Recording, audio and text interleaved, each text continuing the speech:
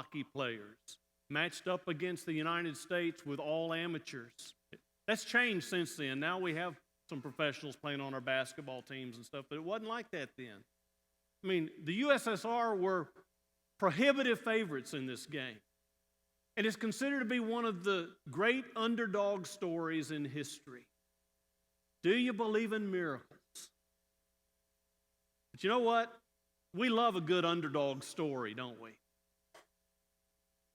But the miracle on ice pales in comparison with the miracle at Moray, which we're going to look at today. And so last week we were looking at the story of Gideon, and Gideon was faced with being called by God to lead the Israelites. Now, fear is a major issue in the book of Judges, but particularly so in the story of Gideon. Some of you may not have appreciated me comparing Gideon to Don Knotts last week. But that's who he is when we find him. He becomes something different. But he's the coward of the county when we meet him. But God was gracious to Gideon, and God patiently helped him to face his fears. His faith was bolstered by his encounter with the angel of God, which was followed by the fleece test that we looked at last week. So, as we get into our text today, and by the way, if you want to open your Bibles there, we're going to be in Judges chapter 7. How many of you have been to the Grand Canyon? I understand that at the Grand Canyon, they have now built this walkway that extends out over the rim. And you can walk out on that walkway, and it's glass floors, so that you are looking 4,000 feet straight down to the floor of the canyon. Isn't that cool? No, it isn't. It's insane. That is insane. Now, some people would say, well, Rick, it's because you have a fear of heights. I prefer to think it's because I have a respect for gravity, okay?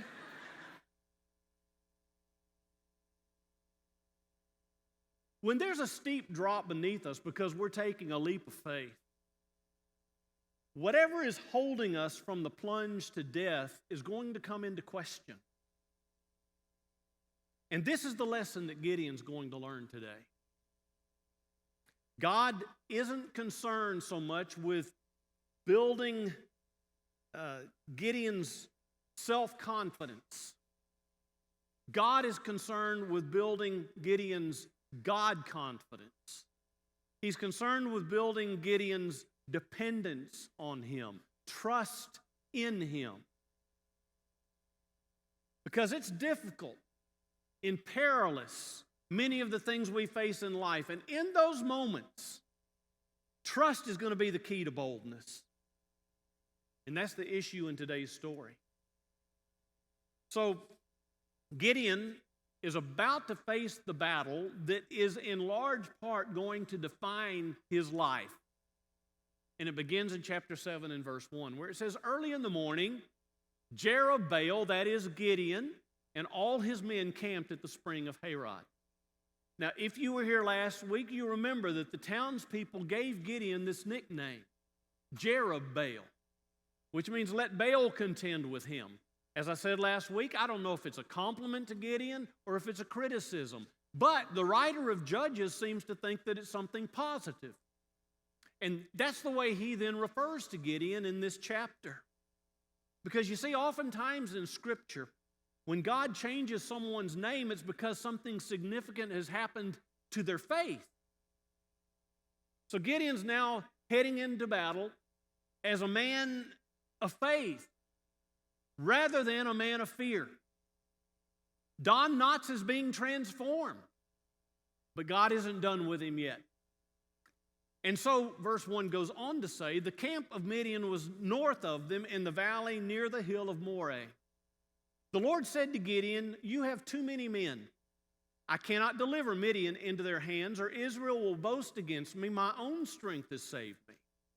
Now announce to the army, anyone who trembles with fear may turn back and leave Mount Gilead.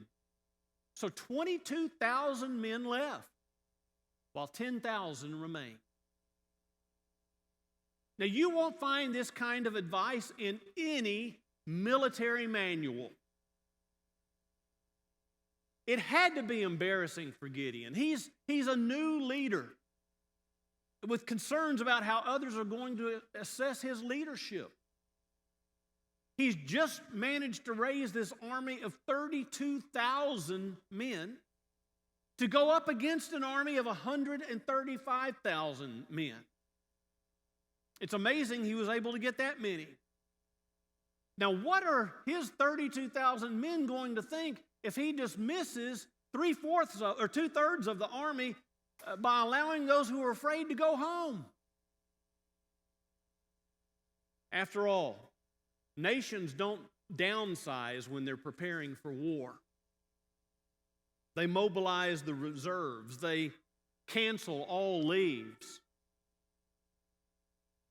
But God sometimes trims down our resources in order to get us to depend and trust solely in Him. Because if He didn't, we humans tend to want to take the credit for ourselves. So the first reduction that we see here is in line with what Moses had told the people back in Deuteronomy chapter 20.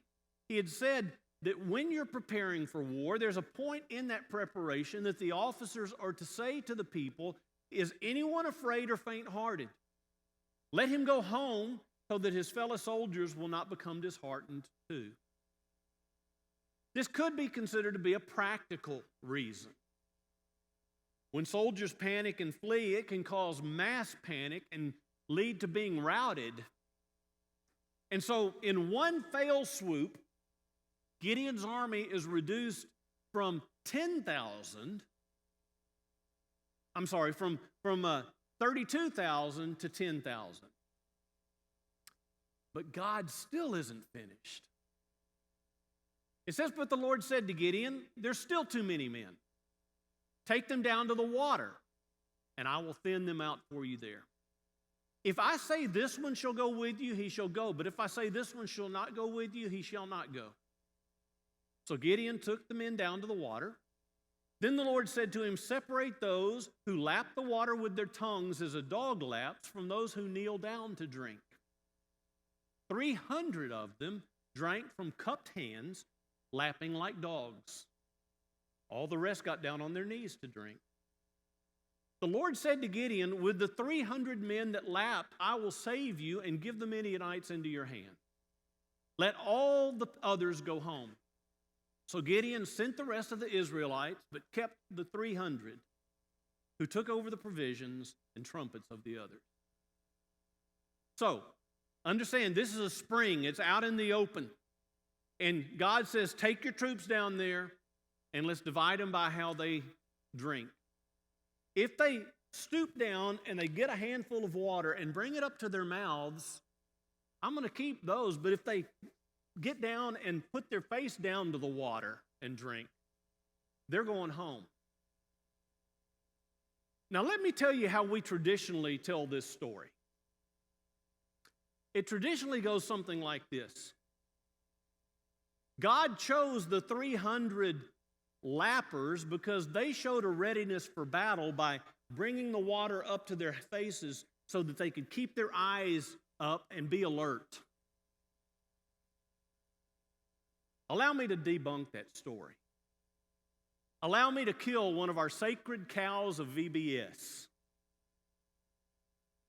Because the fact is, any virtue, any noble qualification that the lappers are said to show, it does not say that anywhere in the text. It does not say that that's a virtue. It does not say that those who get down on their knees and put their face in the water, that that's a vice. It doesn't say that. In fact, think about it with me.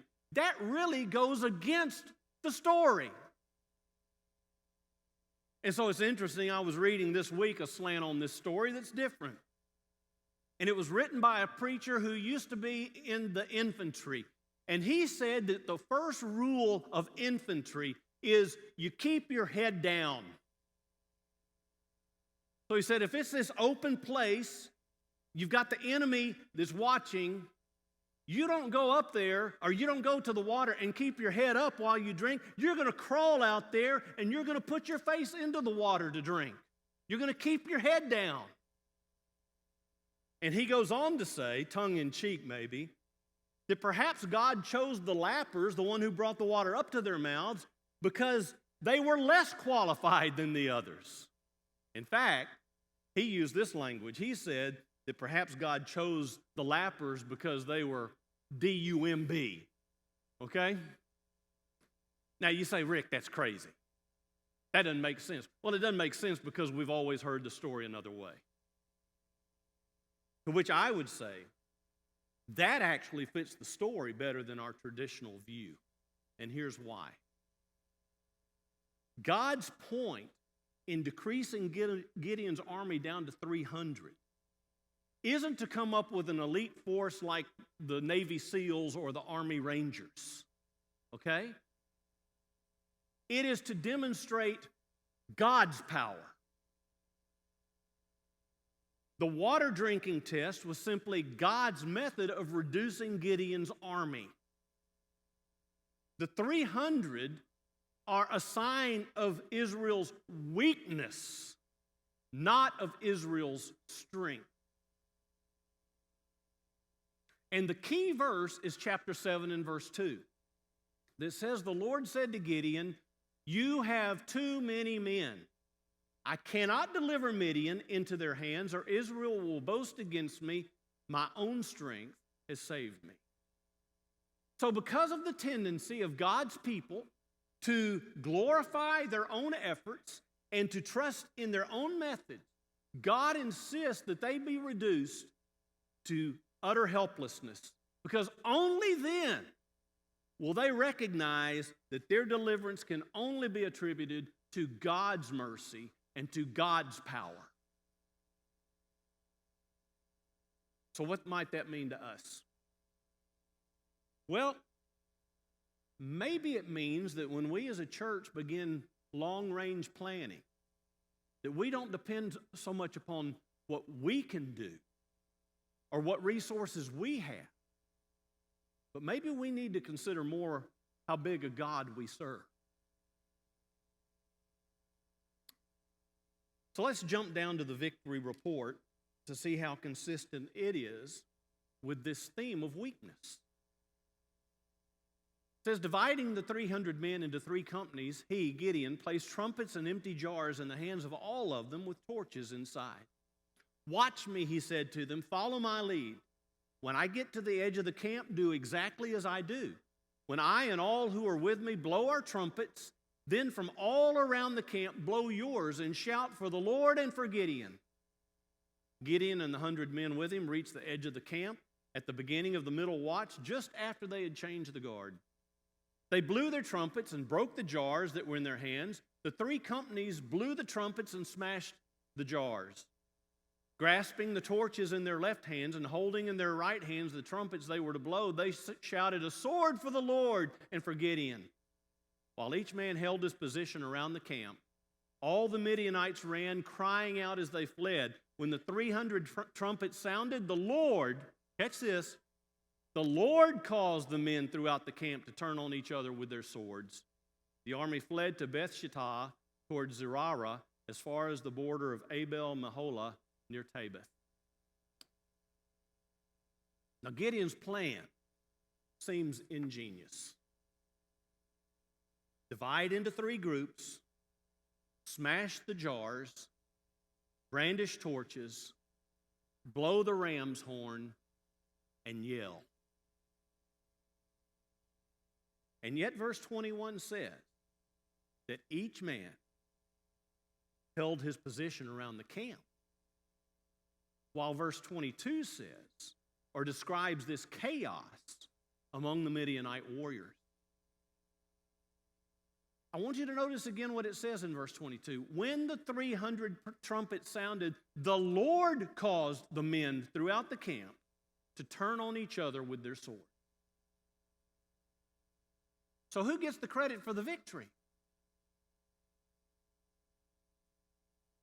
Come on, folks, this is not a hard one. Who gets the credit for the victory? Only God, right? Not three, that's right. Not 300 Navy SEALs or 300 Army Rangers. God gets the credit. The victory is Yahweh's. All these 300 men did was stand in their place. And when the battle was over, all these 300 men could say is, wow, the victory is Yahweh's. I mean, imagine when they go home. They can't go home and crow about what they've done. They get home and people say, tell us about the battle. Well, I held this jug in one hand, and I had a torch in one hand, and I had a trumpet. And I broke the jug, and I held up the torch, and I screamed. Not too impressive, is it? No, the only story they have is to say, you should have seen what God did. And sadly, I want you to think about the 22,000 who went home because they were afraid. Those men missed out on the God story. So let's go back for a moment to earlier that night. My guess is Gideon's not sleeping very well. I'm not sure he would have slept a whole lot better if he'd still had 32,000 men thinking about the next day going to battle with someone who has 5 times more than that. But he's down to 300.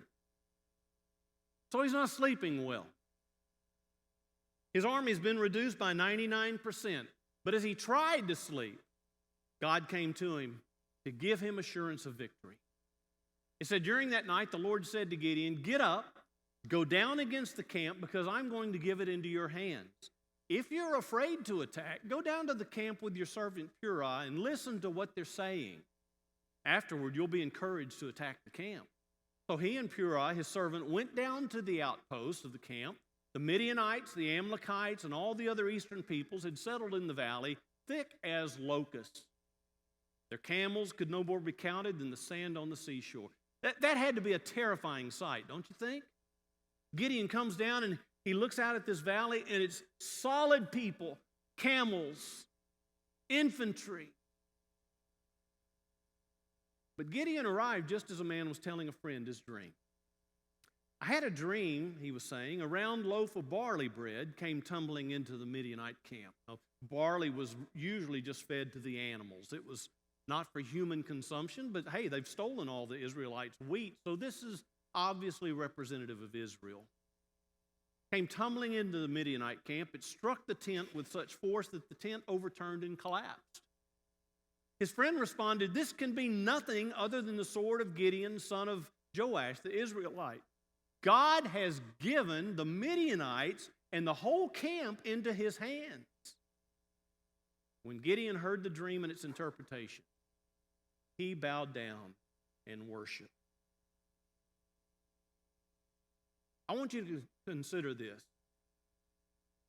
God led Gideon to one specific tent at just the perfect time to hear this man's dream and to hear another man's interpretation of it.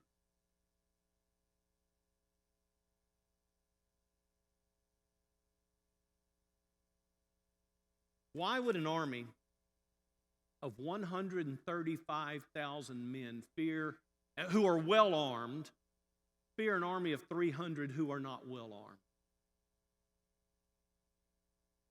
Led by a man with no military experience. There's only one answer. God planted that fear in their hearts.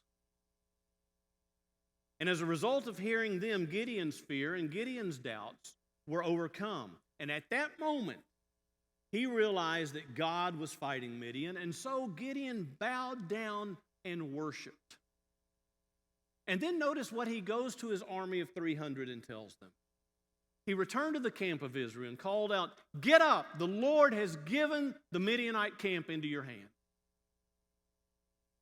So, what are we to learn from this story? Well, it's a lesson that we Americans are going to find flies in the face of our expectation. Because unlike what some televangelists would tell us, God does not propose that we should believe in ourselves. Our narcissistic society celebrates self-reliance. The blockbuster movies of the last few years have been movies about superheroes. People who can get the job done because they're more capable than other people are. This is the American way. But here's the painful truth. I cannot be invisible. I can fly in an airplane. And what do I contribute to that? I put my seat in a seat with a seatbelt on. And I'm certainly not bulletproof. And so God strips us bare and forces us to recognize our own frailties and our own inadequacies. And He shows us that human resources are insufficient for the battles that we face with the enemy. And then He can teach us the lesson of dependence, which will result in confidence. You know this verse. Every athlete in here has probably had it either hanging up in their room or in their locker room or something. But I bet most of them can't tell you what comes before it. I want you to listen to Paul's words.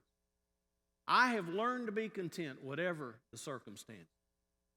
I know what it is to be in need, and I know what it is to have plenty. I've learned the secret of being content in any and every situation, whether well-fed or hungry, whether living in plenty or in want. Because you see, I can do all things through Him who gives me strength. So here's the good part. I don't have to be a superhero, and neither do you. In fact, Paul's assessment of most of us sounds like this, 1 Corinthians chapter 1. He says, brothers and sisters, think of what you were when you were called. Not many of you were wise by human standards. Not many were influential. Not many were of noble birth. The clear implication is that God didn't choose you and He didn't choose me to be in His spiritual family because we brought superhero skills or because we brought unusual abilities. Paul goes on to say, but God chose the foolish things of the world to shame the wise. God chose the weak things of the world to shame the strong. God chose the lowly things of this world and the despised things and the things that are not to nullify the things that are, so that no one, listen, this is so important, so that no one may boast before Him.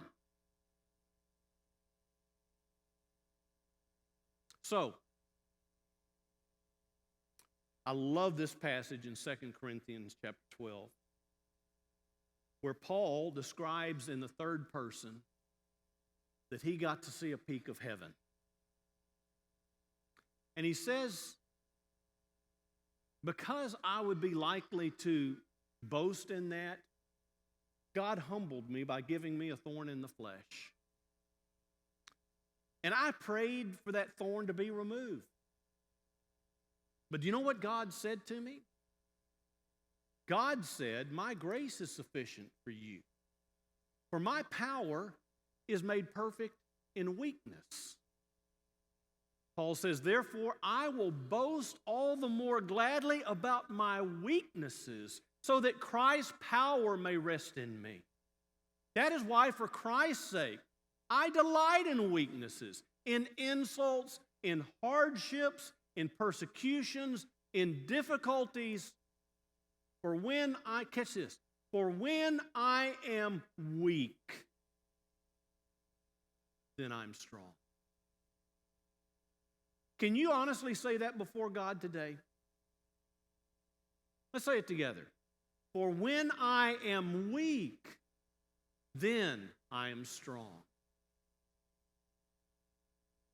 And so we just need to stand with a powerful, limitless God.